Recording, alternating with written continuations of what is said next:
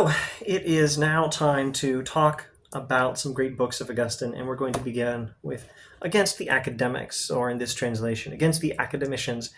This translation is by Peter King, published by Hackett.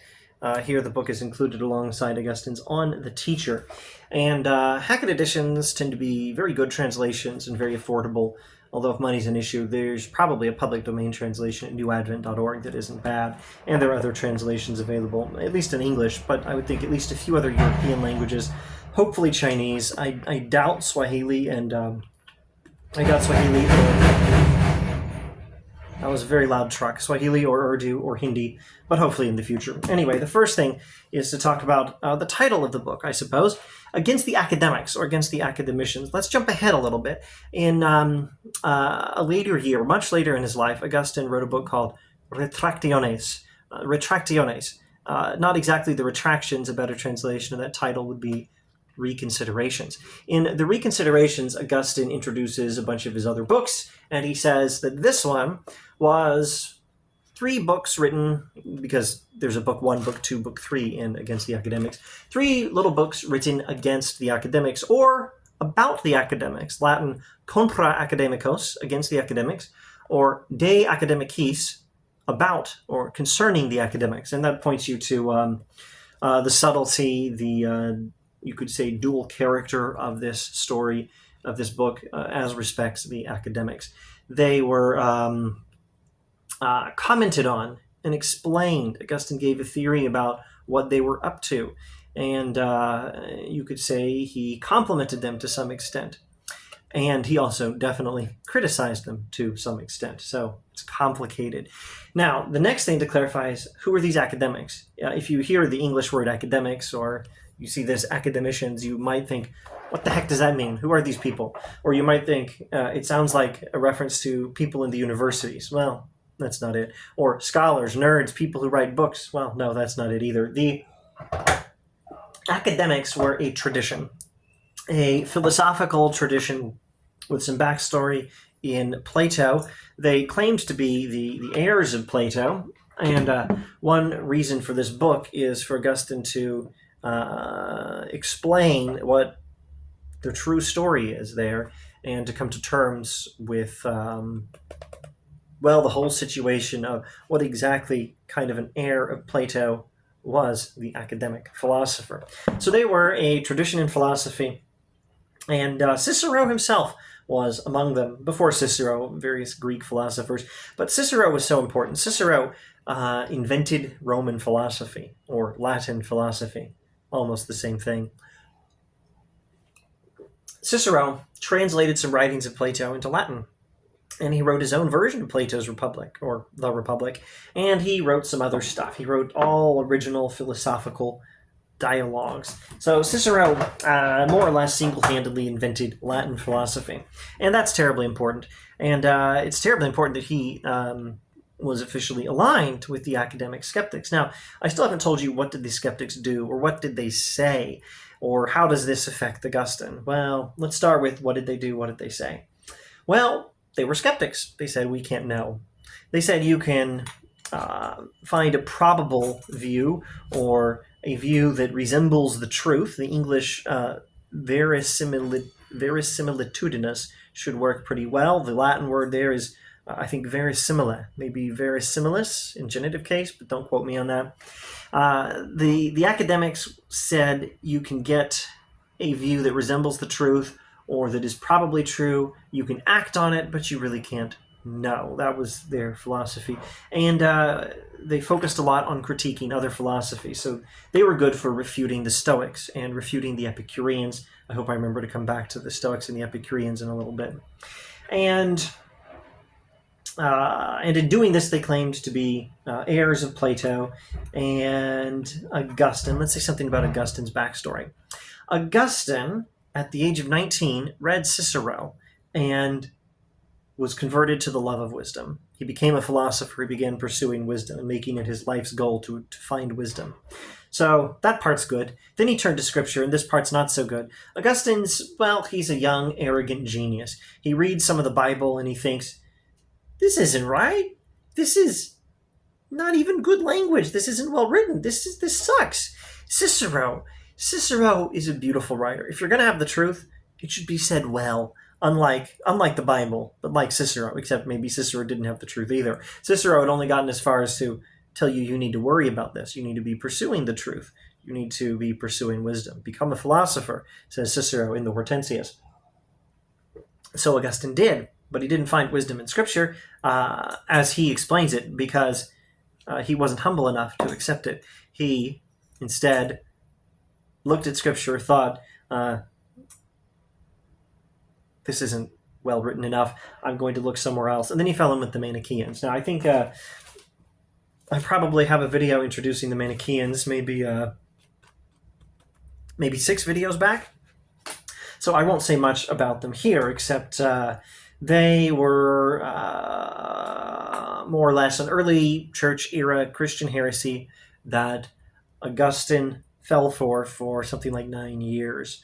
Okay, so after Augustine eventually realized the Manichaeans were wrong, he had a moment with academic skeptical philosophy. Now, scholars actually debate whether he was actually himself aligned with the academics. Personally, did he say, I subscribe to this philosophy, I'm an academic skeptic now? Or did he just say, well, those guys have something going for them, maybe they're right? Some sort of a preference of this is the least bad philosophy or this is the best overall, but I still don't know for sure that I agree with it. Something less than I am an academic skeptic.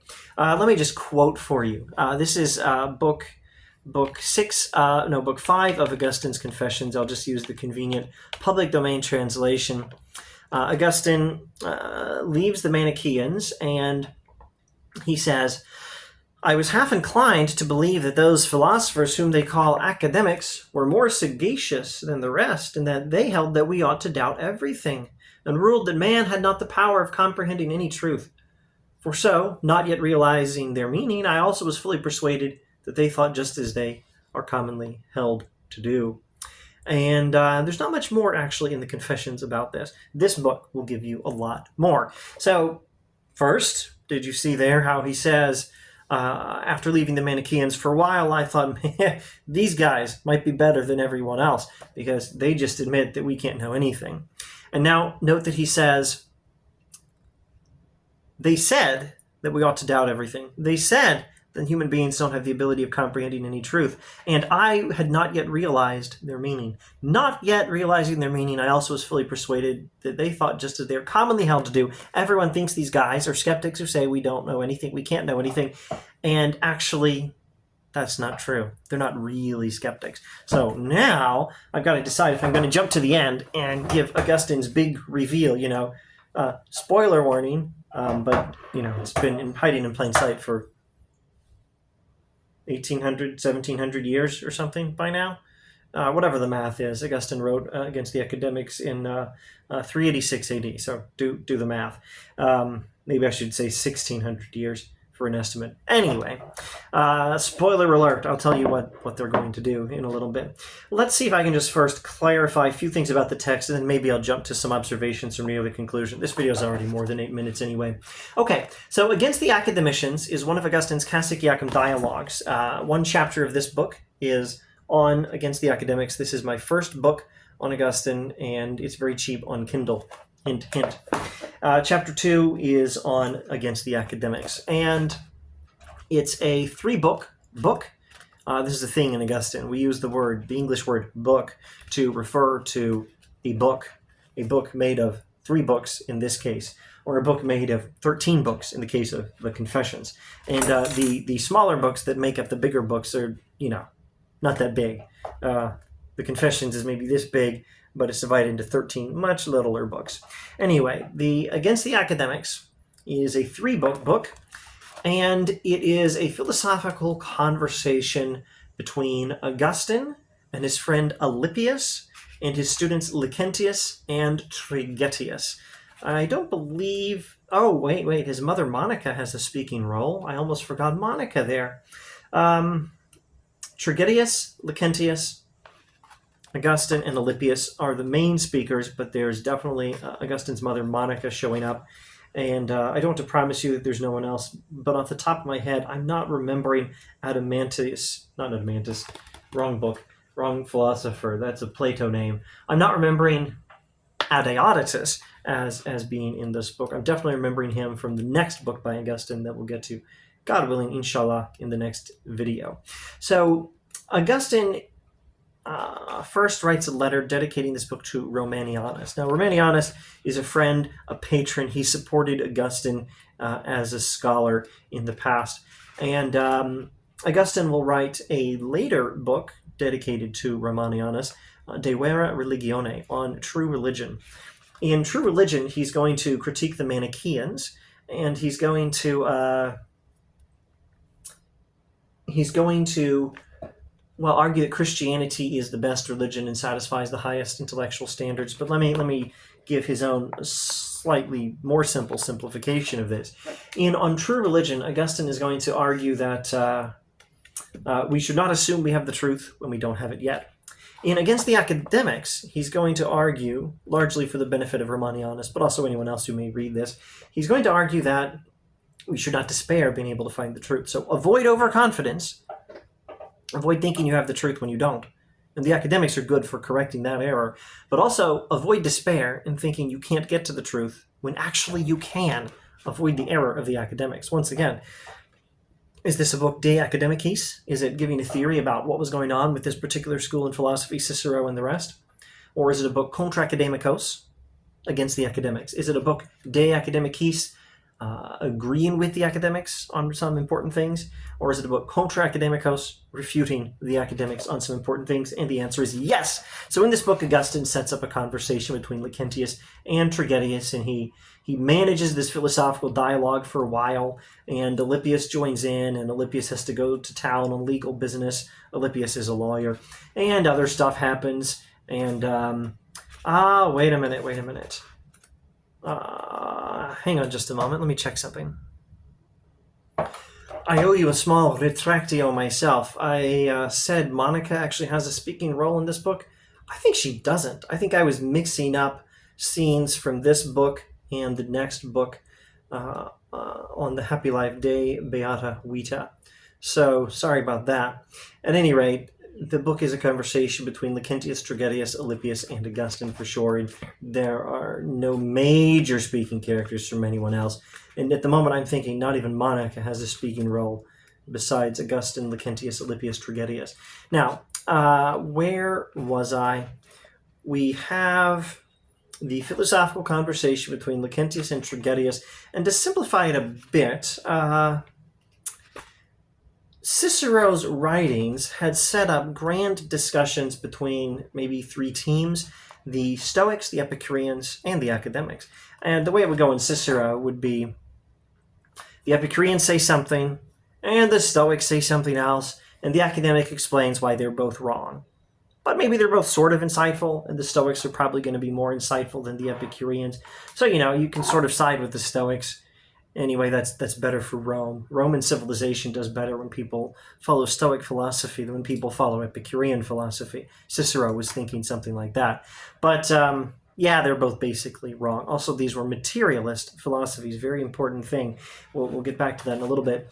So Augustine sets up this conversation between Trigetius and Lactantius, where Lactantius is representing the position of the academic skeptics. Lactantius represents the position of the skeptics. Trigetius represents a different position. Some people will say that he actually represents Stoicism himself, and then we would have Cicero representing Epicureanism versus Stoicism, and then the third better way, academic philosophy. And then Augustine would leave the worst of those out, set aside Epicureanism, and he'd have Stoicism and academic philosophy represented, and then you give the third and better way, actual Christianity. And that's a very nice way of thinking through this, and it's insightful, and it might be largely correct. I think probably I shouldn't say too definitively. Maybe Trigetius represents Stoicism. At any rate, he resembles the Stoics to some extent. So Augustine sets up this conversation where Lactantius Lactantius is the more talkative student. Lactantius and Tragedius are both his students. And Lactantius is defending skepticism, and Tragedius is not. And then Augustine, in the end, gives his own response. Now, that'll be in Book 3. Now it's time for me to start wrapping this up. Now, first, I should observe, Augustine makes some moral criticisms of the skeptics. It's not an edifying doctrine if you don't believe that adultery is wrong. Or these days, to pick the low-hanging fruit of our own day, racism. It's not a good philosophy if it says you can't actually know or give complete assent to the statement, adultery is wrong, racism is wrong, murder is wrong, slavery is wrong. And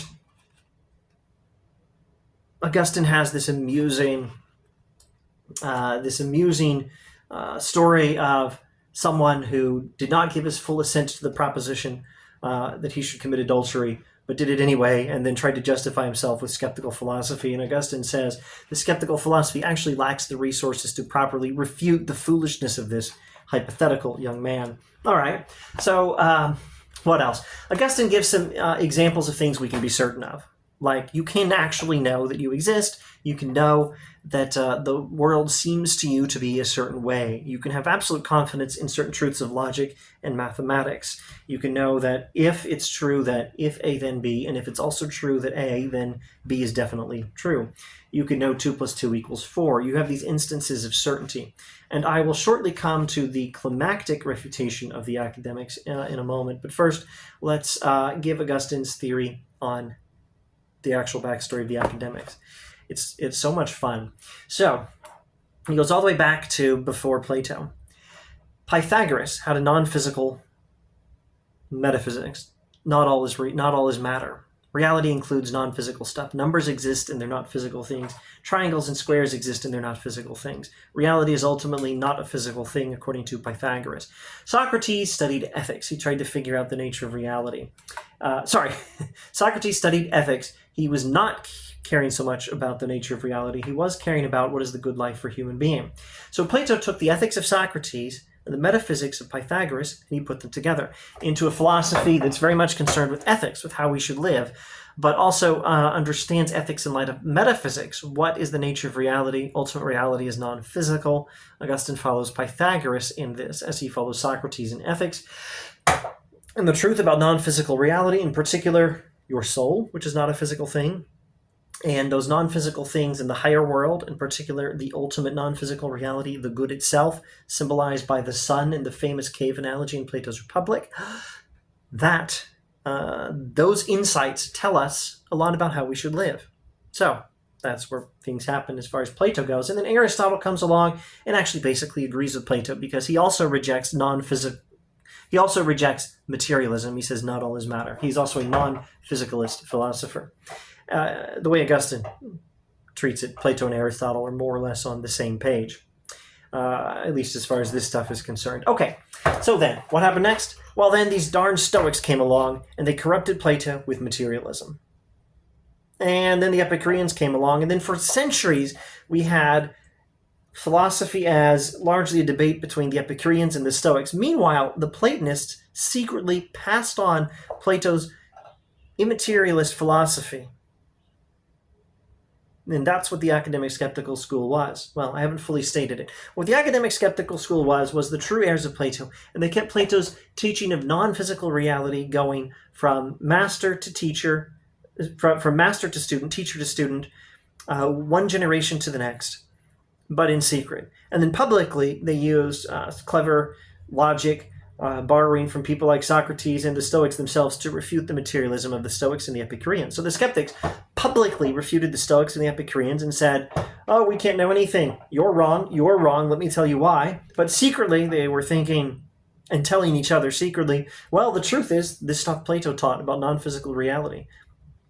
And so, de academicis, on the academics, Augustine says this is what they were actually doing. They weren't actually skeptics. Or they were sort of skeptics, but only about the physical world. Because while they were passing on from one generation to the next the truth about non-physical reality, they were also explaining you can't know anything to a bunch of materialists who were talking only about the physical world. And they said, you can't know anything about the physical world. Well, of course you can't. It's physical. It's lower reality. Knowledge pertains to higher reality, not to the physical world. That's very basic Plato stuff you'll find in, I think, in Book 5 of the Republic. So, De Academicis, the skeptical philosophers, as they were called, weren't exactly skeptics. They were public skeptics, secretly Platonists, or they were actually skeptics about the physical world, and they correctly refuted the Stoics and the Epicureans, but also they weren't skeptics about the non-physical, the higher reality. So that's almost as thorough a refutation of the skeptics as you could ask for. But then Augustine brings out the biggest thing at the end of the dialogue, and he says, if all of this isn't enough, we have something even better. And no matter how good all the rest was, even if it was enough to refute the skeptics where they needed to be refuted, to learn from them where they need to be learned from, I still have something better than all of that. I have Jesus. And he presents the incarnation as the ultimate and final critique of skepticism. You academic skeptics think we can't have knowledge, we can't gain wisdom. Well, I can refute you on this point and another point and another point. We need to have a philosophy that can say, I know that adultery is wrong, and I act on that, and I don't just say that that I don't know anything, and then act without assenting to what I believe, or to what I to what I want. We have the moral critiques of skepticism. We have the examples of certainty, mathematics and logic, and I can be certain that the world appears to me the way it appears to me, and actually the skeptics weren't really skeptics, they were secretly Platonists. But on top of all that, wisdom has come to us. You can totally gain wisdom because wisdom has come to us. Jesus is wisdom, and he came to us. God became a man and brought wisdom all the way down to us. And skeptical philosophy, if it ever had anything going for it beyond its usefulness in refuting people like the Stoics and the Epicureans, well, it's outdated. Now we have the incarnation. Now we have wisdom that has come to us. And now, instead of clever musings of philosophers, now what do you need to do? Follow him if you want wisdom. All right. Yeah, that's enough for now. And I reckon we'll look at On the Happy Life, De Beata Vita, in the next video. Thanks for watching.